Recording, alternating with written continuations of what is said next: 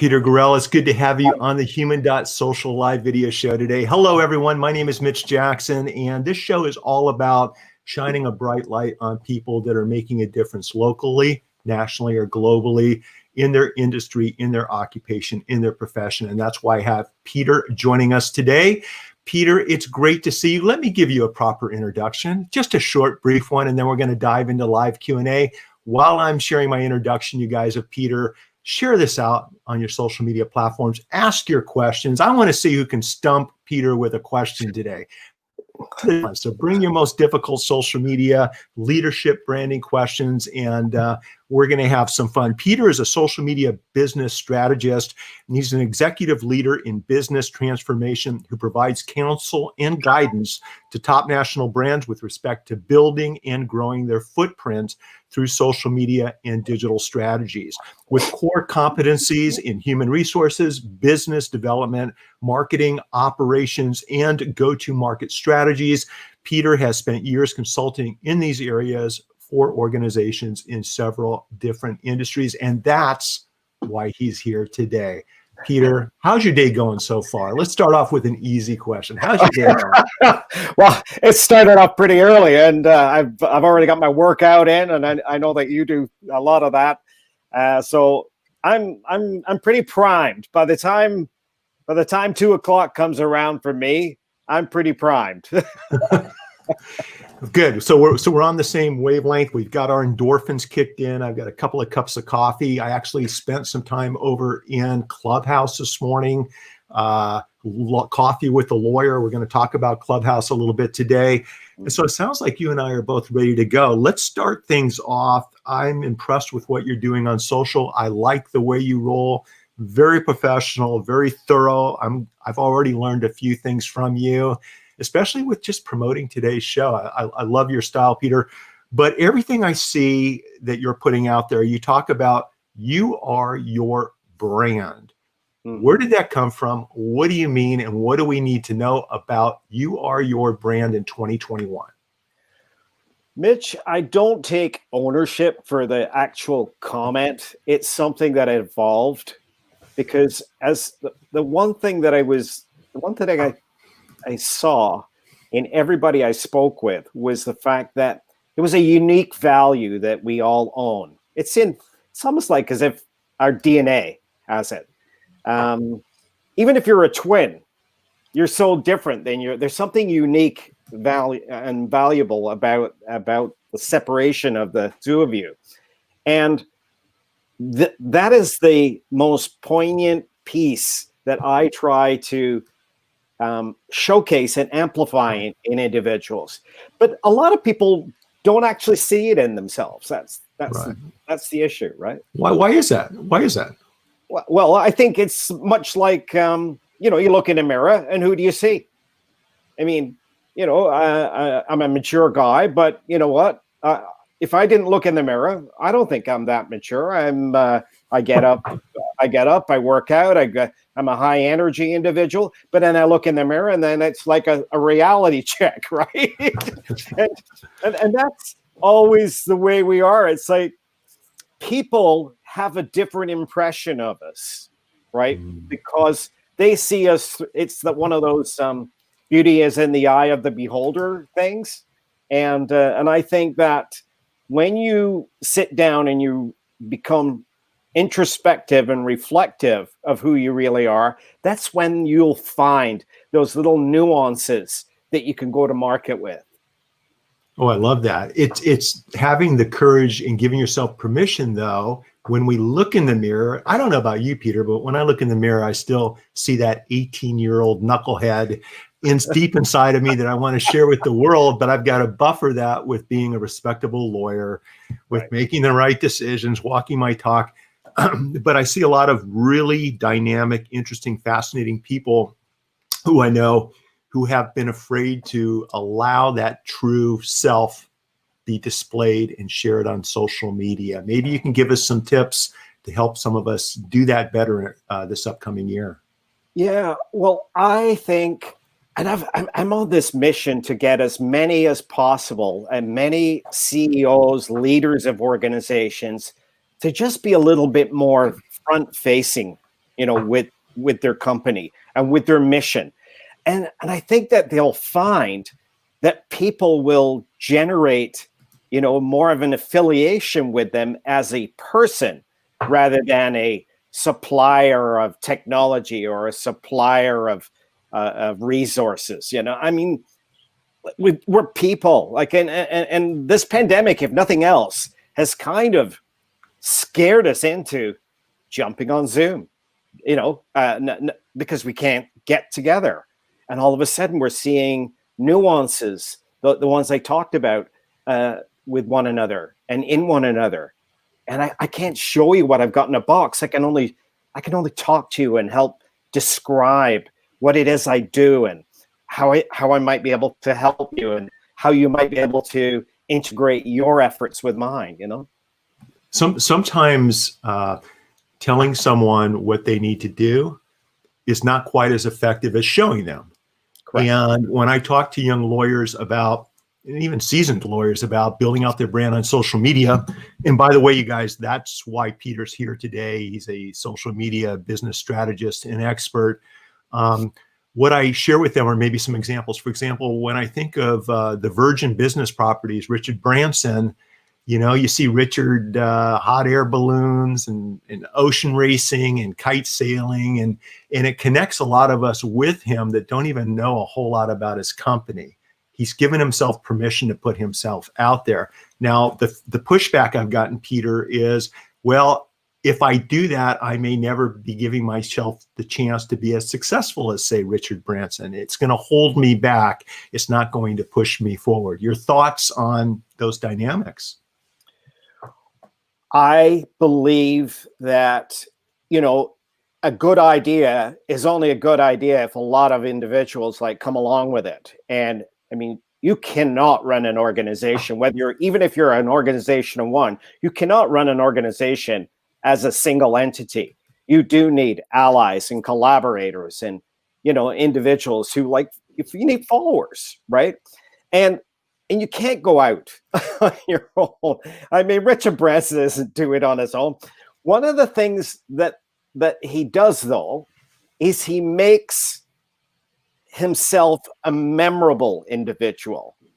I mean, he's gone past the stage of being interesting. He's doing crazy things and, deep sea diving and going to the Antarctic and, like you say, the balloon ride and things like that. Things that we might have on our bucket list. They're thinking, oh, geez, I want to do that, right? Well, guess what? He's no different. He's got a bucket list of his own, but he needs people around him. So you need to bring people together, curate their talents, along with yours. You have to share the vision. And easier said than done, Peter. Oh. I mean, and you said something that I actually had on my talking points, and I'm glad you brought it up. There are a lot of interesting people out there, but are you a memorable person? And maybe share with us the distinction between the two and how we can all be a little bit more memorable on social media, on digital, because that's where we're communicating in today's COVID upside down world, right? Couple thoughts, couple tips for the audience. The first one is not to be a taker and be more of a giver. If you think about the last really great experience you had in either a store, retail store, or maybe you were on the phone with somebody, the service agent of some sort or maybe a real estate agent, you were looking to buy a home, and they did something that wasn't necessarily in the books, that wasn't necessarily in line with what they do. In fact, it might have been external to their actual role. That's the memory thing. People will often forget what you said to them. They'll often forget that, you gave them some great advice. However, if you leave them with a feeling based on something that you gave to them or something that you did with them, that makes you a memory in their mind. My clients are the ones that remember I make. Awesome. The remarkable, intelligent Harold Epps, who's a friend of mine, glad you brought that up, Peter. It's, but getting people to feel and to experience emotion through a Zoom, through StreamYard, through social media, it can be a challenge sometimes because there's a lot of noise out there. There are a lot of people competing for attention. A friend of mine that contributed a chapter to my book is Carmine Gallo, Peter. And Carmine wrote the book Talk Like TED. For those of you that don't know, he interviewed the top 200 TED speakers and, what made them extra special. Because frankly, all the TED speakers I've listened to over the years are just brilliant, right? Yeah. I would die to be able to speak like they do. And, but he wrote a chapter just for how to do that on social media. And what Carmine broke it down to was, number one, be entertaining in a way that's appropriate for the topic of your conversation. Number two, be unique, right? Share a message in a unique way. Maybe it's simply going on a live video show like Peter and I are right here. How many lawyers do you know that are doing a live video? It's kind of unique. Right. And well, in my world, we've got some superstars.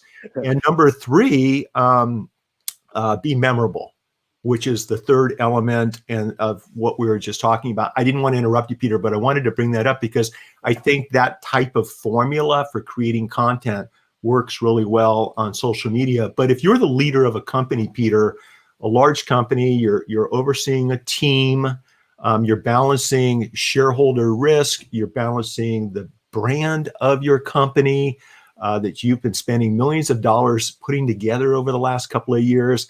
It can feel a little bit risky to create new, memorable content that you're not really sure how it's going to be interpreted by the general audience or by social media, which can be ruthless at times, right? If somebody misunderstands what you're trying to say.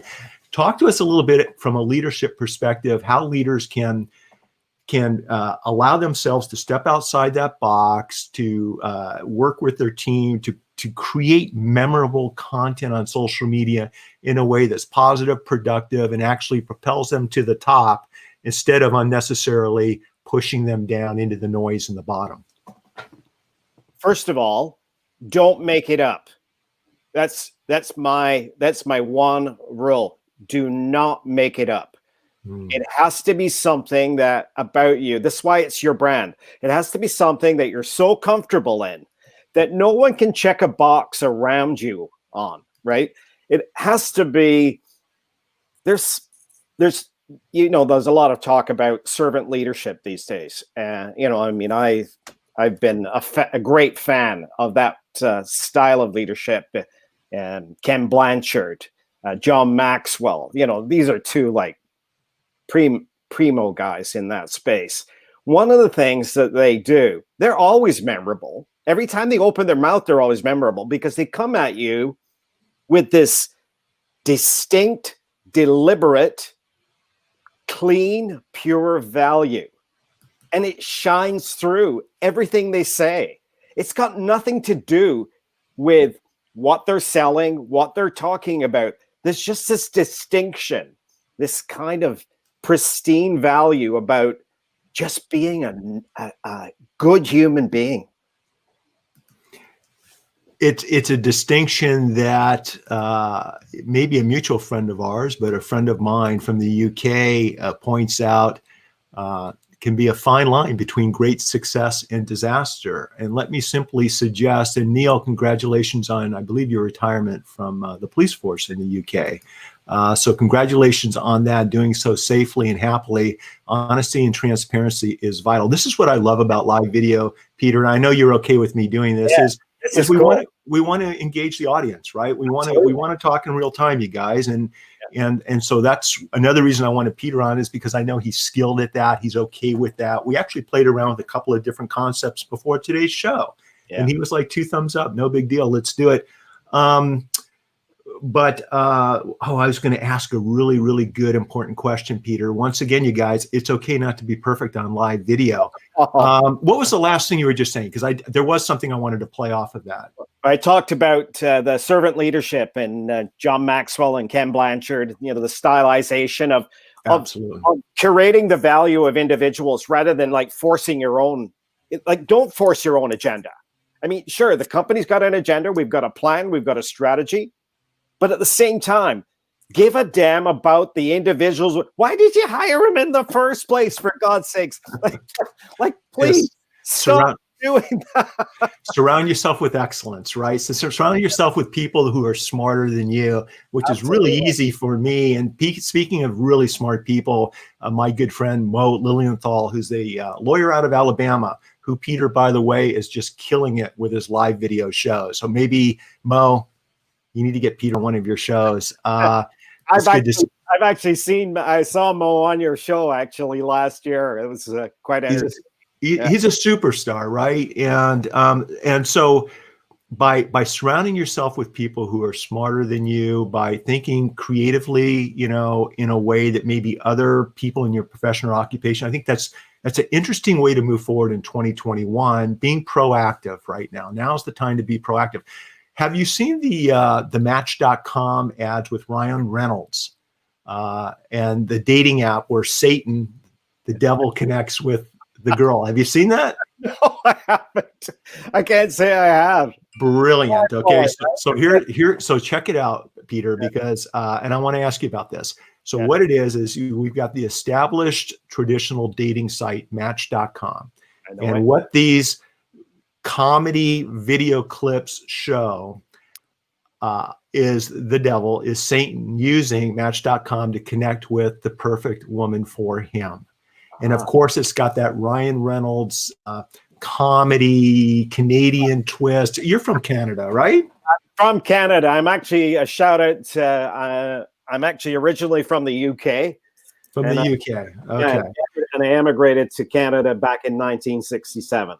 But I'm a Canadian citizen. So Canadian Ryan Reynolds, you know, and it's just an interesting, fun, entertaining current play on what's going on with COVID. Of course, the devil falls in love with the girl that wants to steal the toilet paper and run out of toilet paper, you know, the one that enjoys the protest and disarray. It's a beautifully done marketing campaign, but somebody had the guts to go there, right? And I think what was smart is combining that with comedy. Right. And I think between the two elements of this new marketing campaign, it just exploded, and people, they're entertained. I'm talking to you now about it, and I have no affiliation with Match.com. Oh my goodness, you know. So as a large company thinking about creating memorable content, as a leader in a company, what are the safest ways to do it? Do you use focus groups? Do you do A/B testing, Peter? What are some things that leaders can do to maybe dip their toe in the digital waters to see whether or not this is really something we want to go all in on? Right. And we've done our due diligence. So even if it doesn't work out, at least we did our due diligence. One of the things that the fail-safe is to actually showcase and demonstrate something that you've been successful with, because that'll always be kind of a safe place to start with. If you know that you can get up in front of a camera or display of some sort and talk openly, almost like a case study or a white paper, but activate it, like put some teeth into it and generate. One of the things that I've done recently is, because not everybody's fussy about jumping on camera, but I develop audiograms. So I interview CEOs of organizations about what they're good at and what they've been successful with. And then I throw that bite size, that sound bite out on social, and it generates, because they're going, oh my gosh, yes. So that's what success sounds like. Okay, I can line up with that. It's a really great place to start. I mean, you can get more creative as you go on, but I'd say that'd be a great starting point. It allows you to also repurpose content, create content once, because we're all professionals in my world are super busy individuals, especially right now, helping people that are dealing with all of the world's challenges right now. And so maybe talk a little bit about, and before we do, I want Peter to talk a little bit about creating content once and repurposing it like you just alluded to. I happen to know that's what you're talking about, but we have a lot of people that are new to social media. Why is such a powerful tool? Before I do that, you guys, I love the questions coming in, both social media and over on my text community. If you guys have questions you want me to run by Peter, join me in the community, 949-577-7456. That's where you get one-on-one with me via text. Ask your questions. I will bring your questions in and run them by Peter. Peter, talk to us a little bit about repurposing content. What other approaches work great for you? And maybe focusing on businesses, probably with teams of, let's just say 20 or more people, for example. What would you suggest they look at in 2021 moving forward? Well, it goes without saying that even as a company, I mean, there will be some regional disparity if you've got teams spread out, but there's going to be a go-to-market strategy. And a number of things that most companies do is they'll make an intro video of the organization. They may actually interview some of their own people to kind of generate some interest in the brain power that's sitting on the bench. Those two things are amazing because you can take just even segments of the video and or maybe just play the audio, post it on LinkedIn, move it over to Twitter, throw it onto Instagram. That becomes a post in itself. Then take a combination of the engagement that you get back from that and rework it and then repurpose it. Not just your own, but people forget that when someone engages with you, they're in the process of creating content for you. I said it I said it before on my post this morning because it's David Bowie's birthday today, right? I did not know that. Yeah, it's David Bowie's birthday today, and actually he died, on Sunday at the celebration 5 years ago, and that's why I have him hanging around with me in the background there. That's let's take a look at that. Let's get a bigger picture. That's a beautiful picture too. I love that. That's a painting that I did of David the year that he passed, and I've not even been able to sell it because I love walking into the room and kind of like there's a odd aura. It's beautiful. that I get from it. Thanks. It's beautiful. But David said on a BBC interview some time ago, like I think it was 2012, quite frankly, and he said, people are actually going to be content. And the lines between who's on stage and who's in the audience are going to be so blurred. I mean, this guy was like way ahead of his time on the internet. I mean, and he thought like that like 8-10 years ago, right? So his brilliant, right? But it's came true. I mean, look at it, even right now. It's come true, and maybe talk to us a little bit about how David Bowie recreated himself as a musician, which kind of lends me to think, regardless of who you are and what you're doing for a living right now, why not use the power of digital and social to help recreate yourself also? Absolutely. Look, you're a great example of it. You're a living example. You're a lawyer, right? I mean, yeah, and you've gone out and you've people want to hear you now, and you've developed a following. You've developed, some people who look to you for thought leadership. I mean, I'm an ex. Like, if I look at my background, I've been an executive recruiter. I've been a retail operations guy. I've run companies, of small companies, big companies. I've worked within the confines of corporations where I was responsible for large teams, regional teams. So, I mean, you don't forget all that stuff. Now I understand, right? As a mature individual, I'm standing here and I'm thinking, I know what that guy's going through. Yeah. And here's a piece, here's a nugget, here's a piece of advice I can give to him.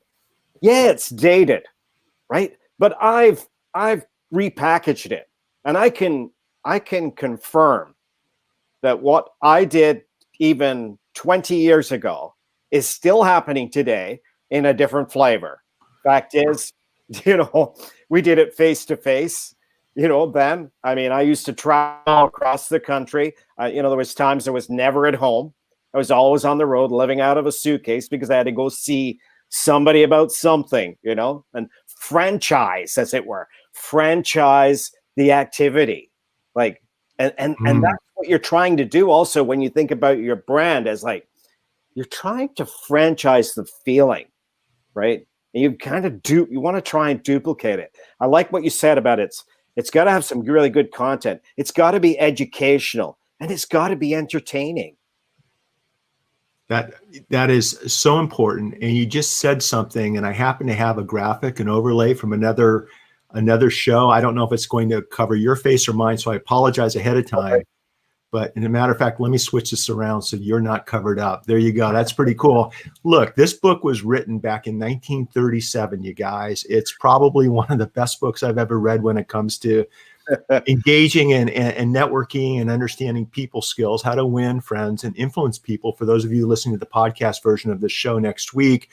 But I feel like what's taught in this book has more practical uses, has a greater possibility to change your life and the direction of your business today because of digital and social than ever before. And I think that's what you're saying. The foundation that we have coming into digital and social, especially for some of us seasoned professionals that have been around a while, you can take these principles and apply them today in today's world, right, Peter? I cannot believe that you pulled that book out of here. Was that cool? Was that cool? I'll tell you why. It's the first book that I ever read. You know what? It may be the first book I've ever read too. I mean, to be honest with you. Wow. You want to? Somebody stuffed that into my hand, right? When I was out there, I went out. I left college or university. I went out on my first job, and a gentleman I knew that ran a menswear operation, took that book and shoved it in my hand and said, "Peter, go read this. Did it make a difference? You won't regret it." Did it make a difference? Totally. It's like crazy. I mean, I've gone on and that book is probably still lying around here someplace. I haven't been to the covers, but it's the Tom Peters thing and the Ken Blanchards, and like those guys all line up, right? And what's kind of interesting is that this particular author was kind of like a holy man too. Like, he's a spiritual guy, and so he was like very, very calm with himself. You see, when you're calm, it's amazing what great things come from you. And when you're erratic and crazy, like there's no semblance, right? Unless you're a cage fighter in the UFC. Yeah. If you're taking on Mike Tyson, you're going to have to just go for it. But other than that, I know. But Peter, it's easier said than done. And I don't know about you when you were 18 to 25 or 18 to 30, but that was my default. My default was, I was a little bit more outgoing and aggressive, and I dropped gloves and I approached business issues a little bit different than I do today. I'm a better human being today. I'm a better man, a better husband, better father, better lawyer today than I was 25, 30 years ago when I started. Let's carry this over to, because I've got a lot of questions coming in, you guys, and thank you on community. Just so everyone knows, when you text these questions to me, they're coming up live, and I do want to run them by you, Peter. One of them has to do with a platform you and I were chatting about before we went live. And that's the new platform called Clubhouse, the platform everybody's talking about. For those of you who aren't familiar with Clubhouse, it's an audio-only platform. It works on your iPhone or your tablet. No video, no texting. It's simply you press a button and you participate in rooms and have audio conversations. There's usually a moderator who can then speak or bring up speakers from the audience. If Peter was in my audience, I would tap and bring him up, and we could have the same conversation we're having now. what I've noticed with Clubhouse, everyone, is I'm connecting with people around the world, upper level, senior executives, producers, entertainers, that I have never been in the same room with in my life. If you use this platform correctly, it's incredible, but it's also a new platform. And a professional and jumping on a new platform, I guess, has certain risk. I guess people are worried, how will they be perceived? What will people think about them? But maybe, your thoughts about the audio only approach to sharing your message, to answering questions, to giving value. I know you're just getting started with it. You haven't dived headfirst into Clubhouse, but maybe your initial thoughts based upon what you've seen, read, what we've talked about with jumping on new technologies as they roll out. Well, just think about it. To me, it resembles as if I'd gone to a big trade show and there's like hundreds and thousands of people running around in a great big trade show. That's how I look at it. The thing is, we've just digitized that when you think about it. That's all we've done. And because the platform actually has people wandering around and they're poking, it's like, what's in that booth? What's in that? I'm going to hang around because this guy's got a deal going, and it's just that digitized. That's all it really is. So, I really understand the concept. And I'm ready to dive in on that concept easily. I guarantee you I will adopt that one because it's old hat. It's just in a new format. It's old hat. Exactly. Peter, I'm so glad you said that. It's very comfortable, very easy to do. You don't have to worry about how you look. You don't have to worry about your video feed. All you need is an iPhone right now. I know they are rolling out to Android. This morning, what I did the last 2 mornings, I just set up a room, Peter, coffee with a lawyer. Have a question, want to just stop by and say hi, come on in. And I've gotten people from all over the country that have come in, young adults thinking about law school. Like, do I want to go to law school, Mitch? What's it really like? So they get to have a real-time conversation with me. Other lawyers that are interested in pivoting from one practice area to another. Like, how do you do that? How do I build out my book of business if I do that? Other people, lawyers, professionals, just want to stop in, introduce themselves, and start the digital dance. Say hi. And it's so easy. It's free to do. But some of the lawyers are like, Mitch, weren't you worried when you created your room that nobody would show up? Like, that's what prohibited them from opening up their own room. And I'm thinking to myself, well, a little bit. The only reason I'm worried is I've got 1 cup of coffee. Look at this, this is my daughter's, Peter, you like this color, don't you? I love that color. This is a pure coincidence, you guys. I'm a mauve, I'm a purple kind of guy. Yeah. And I said back while people were coming in, I said, look, the worst thing that's going to happen is I'm going to sit here for as long as I want, 5-10 minutes, and no one's going to show up.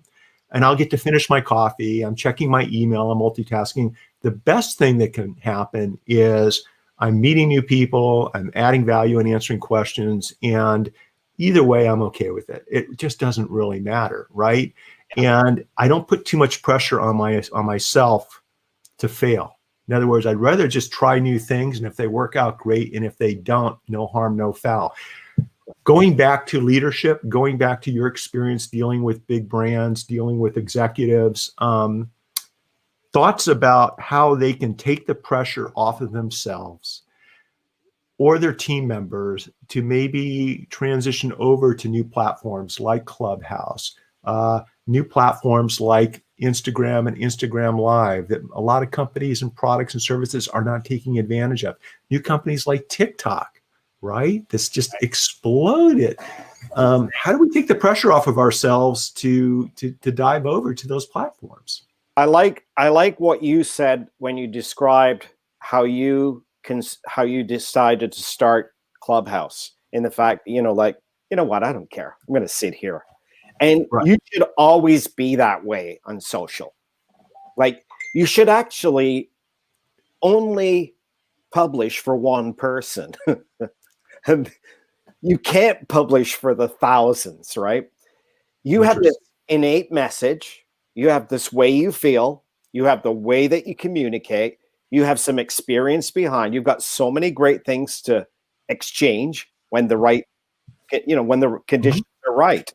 You need alignment. There's no question. But if you don't put yourself out there, I love that you put a message out earlier on about like going first, like, and giving yourself the permission, right? Right. Like, and putting yourself out there rather than waiting for somebody to like knock on your door and say, "Hey, Peter, do you want to do this?" Like, no. Go on, put yourself out there. I don't care whether you're on LinkedIn or you're on Facebook or Twitter or Instagram. Like, just get out and say something. Even as a company, I've actually surprised organizations that they've been around for like 7 to 10 years, and they're shocked once I manage, because I generally manage the whole presence on the platform for them, and I feed it and I author things for them. But I shake it up, and they go, "Oh my God, I didn't know that." I was on with a client just yesterday, and he said, "I'm telling you," he said, I'm getting emails and things from people from 10 years ago that are saying, "Oh, I didn't know you were still in business. Oh, that's fantastic. I'm really happy to reconnect with you. And oh, by the way, a friend of mine needs a piece of business and, or needs some help with this." Like, come on. It's so dumb.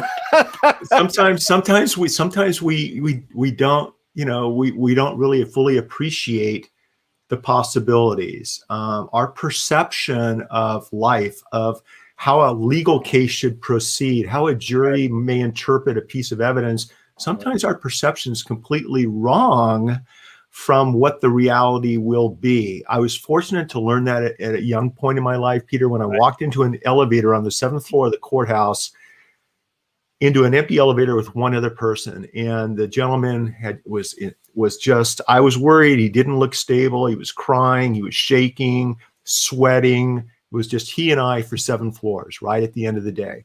And I thought to myself, Mitch, next time, don't just step into an elevator. I was thinking about my case. I wasn't thinking about safety or anything. And anyway, that was my perception. The doors open, and just your typical, what you see on TV, camera crew. Okay, reporters, camera crew, they were there to talk to him. And he happened to be the brother of a murder victim in a very high profile case where, after 8 years of delays, the jury finally found the defendant guilty of murdering his sister. Wow. And he was in tears. It was just relief. And the weight of the world had been taken off of his shoulders and his family's shoulders, because I talked to him afterwards. And it taught me an early lesson in life, that my perception, that I knew I was dead right as to who this person was, the risk that they posed towards me, what their life was all about. I wasn't anywhere to close on any of that stuff, right? And I think when we're dealing with social media and building out our digital platforms, Peter, it's the same thing. We can be so hard on ourselves as to what our audience wants to see and what they want to hear, that it's paralysis by analysis. How can we avoid paralysis by analysis when it comes to creating social media content? One of the first things you have to do is not try and second guess your audience. It's not important, really, because I don't care. Like, I live in a small town of like 30,000 people.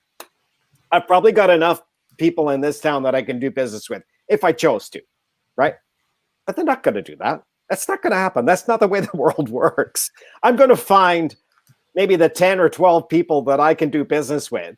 I find one in Australia. I'll find one in England. I'll find 2 in Canada. I'll find 5 in the United States. Why is that? It's because I'm just going to put out my business, my thoughts, my prowess, how I feel. And I'm going to let somebody go, "Hey, Peter, I really like that." And that person might be in Sri Lanka. And it has happened like that, right? Like, don't kill yourself. Like, get out of your own way. There's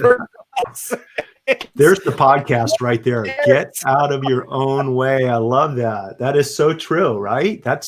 I Thank know. you. Thank you. I wish my mom and dad had told me that many, many years ago. Get out of your own way, Mitch.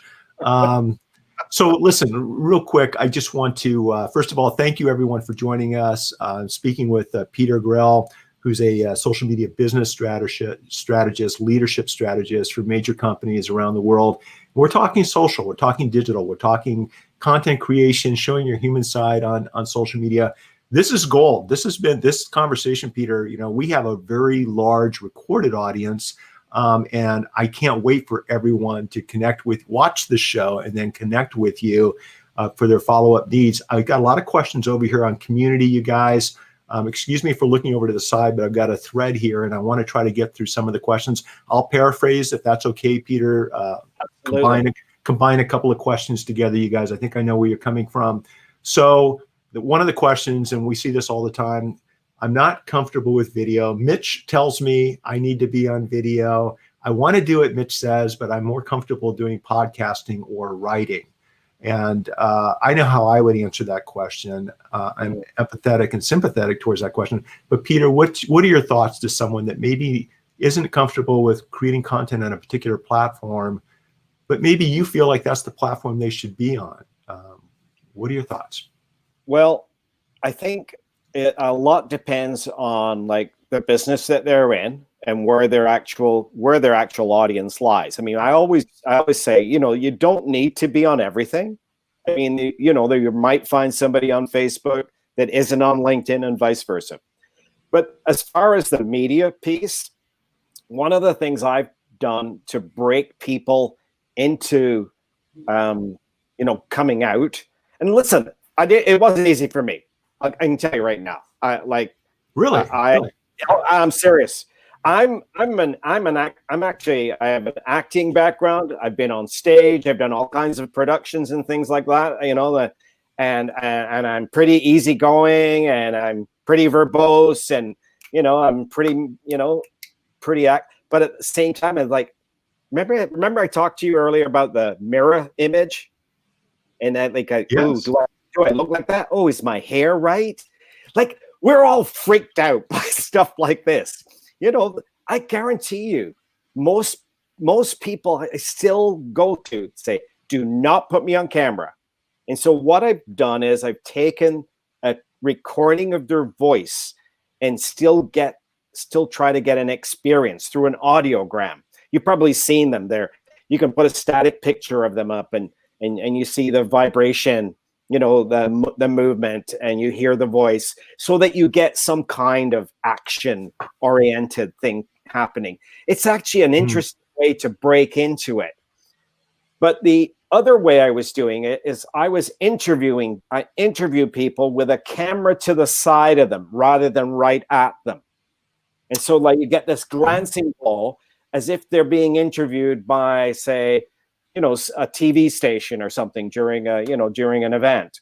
And Sure. and that, or I used to also do with have the remote control, and I have it underneath, and they wouldn't know the camera was on, and I would just have this great conversation like we're having today, and go click, catch the soundbite, click it off, and you know what? They're surprised after. They're going, "Oh my God, that worked out really great. I'm quite natural. I actually don't look bad on camera." Like, exactly. You created a monster.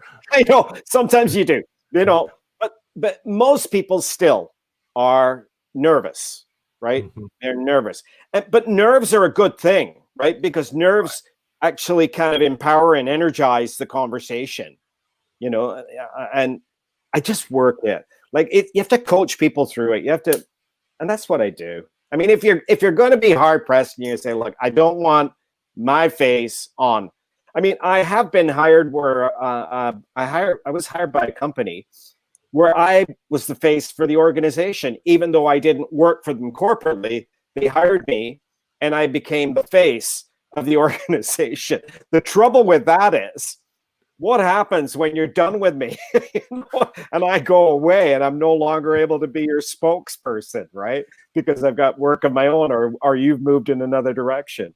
maybe maybe a problem for the company, but not for you, especially if you're the one, especially if I'm negotiating your contract. You know, I guess on the other side of the coin, if you put all your eggs in one basket, like Subway did with Jared, that can be a problem too, right? When somebody's found guilty of a crime, you don't really want to associate with them. I always, you know, I know who the several people who asked this question, and I'm going to reiterate or reemphasize once again, you guys. Look, if you love writing, I love it when people double down on what they enjoy doing. If you like writing and writing blog posts, then absolutely double down, because it's not going to feel like work. You're gonna put out great content. If you like doing podcasts and audios, double down on that. All I usually do though is I understand the power of video, especially video shows like this. And you know, if you're not doing these because of a self-imposed limitation, then let's push that aside. Let's say what the heck, and let's start doing this stuff. But if you genuinely just do not, for the life of you, ever want to be on video or share your photos on social, that's okay too. Like Peter said, you can build out using audiograms and other technology a pretty big social presence, taking advantage of your talents. And so do keep that in mind.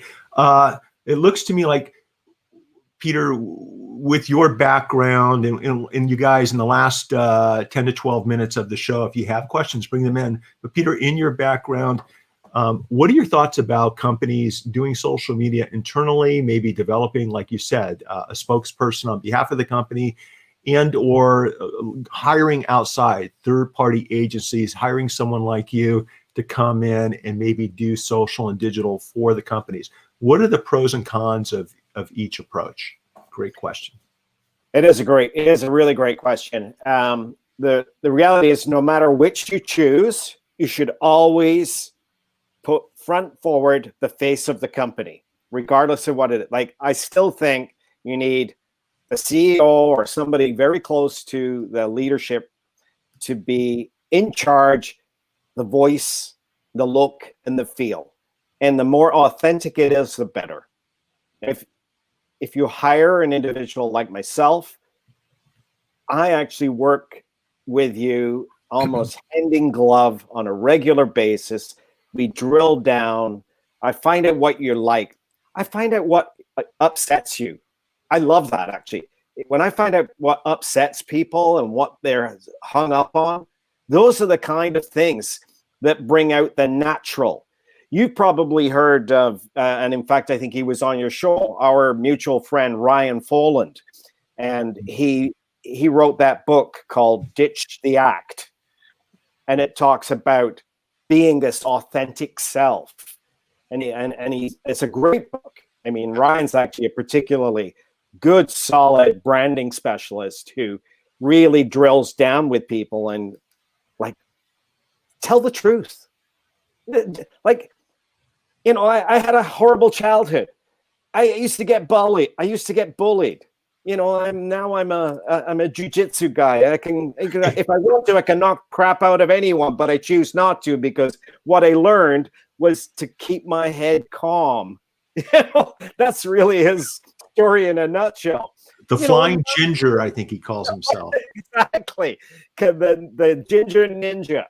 That's, you know, and my other coach that I had is in a shout out to him. He's in New York, a guy by the name of Hank Norman.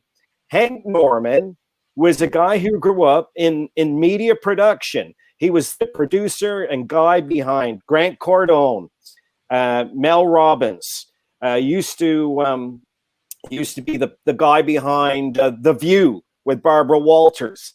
And today he has a company called To Market Media out of New York.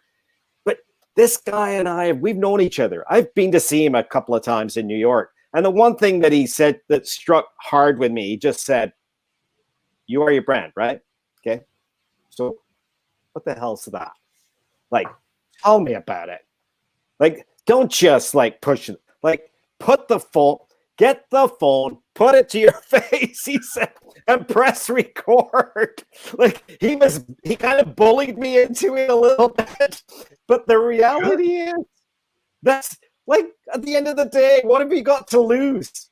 You know, you're going to get some haters. I guess people hated me before I went on social. Doesn't matter. I hated myself. You know? Yeah, you look, you're never going to please everyone. And No. depending on how you use social, you'll probably alienate 50% of your potential audience. I know I do because of how I choose to use social. I'm okay with that. The reality is it's having an abundance mindset. There's plenty of business and opportunities and relationships for everybody, right? And if you try to please everybody, offline or online, you're not going to please anyone. But if you're true to yourself and you follow your internal compass and you create content that you enjoy creating, guess what? Number one, it doesn't feel like you're working to create content. And number two, you're connecting with like-minded people who share similar hobbies, interests, and passions. And I think that's what makes doing business fun, which is one of the reasons, Peter, I reached out and I wanted to have you on today's show because I knew we were going to have a good conversation, and that we did, my friend. So for those of you who are listening to the podcast version of the show, remember earlier in the show, Peter talked about how to repurpose your content. We did this show originally, and it's live right now as I'm speaking as a live video show, but I'm going to download the recorded video. It's going to be repurposed and cut up using a product called Lately, which Peter and I talked about. It's an AI-based platform that allows me to create short 30-second video clips. And then I'll also be ripping the audio and creating a podcast version of this show. So for those people that are listening to the podcast version of the show and haven't seen the overlays I've been putting up with your name and everything else, what's the best way for our online viewers live, our recorded viewers, and the podcast listeners to reach out and connect with you if they want to continue the conversation, if they want to formally consult with you about assisting them with social media?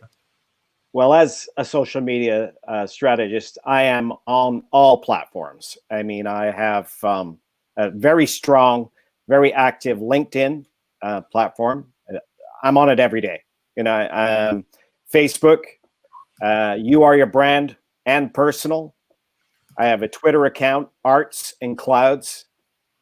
Whole story behind that for another day. I'm on it. I'm on Instagram. Short version. What was that? Give us the short version of the Arts and. Well, Arts and Clouds is like it's the antithesis of me, right? It's like I'm an artist, number one, so I like art, and I love clouds, and I love the fact that they are just hanging there, and they are water droplets. I mean, they are just waiting for one little dynamic value to change in the atmosphere, and they become rain and snow and thunder. Like, I mean, think about it. That's how people are. Like, that's how dynamic people are. We're kind of a makeup, a mosaic, if you will, of so many things, and it's that one tiny little thing that we own that can either kill it or take it over the top. And that's what I strive to look at, showcase, and amplify for my clients. That one thing that makes them memorable, different, and really, really special. Well, from one unique cloud to another, and to all of the memorable clouds joining us live and recorded in our various platforms and audiences. Peter, this has been a true joy. I appreciate your time. I know we both appreciate the attention of our audience. And thank you, sir, for connecting. And thank you, sir, for all that you're bringing to our social media communities. My name is Mitch Jackson. This is the Human.Social live video show. You guys enjoy the journey. I know it's not easy right now. Things are upside down with COVID-19, but be proactive, keep moving forward, stop looking backwards, and try to make each day your masterpiece. Thanks, everyone, for being with us. Bye-bye. Thanks, Peter. Take care. Thank you. Thanks very much.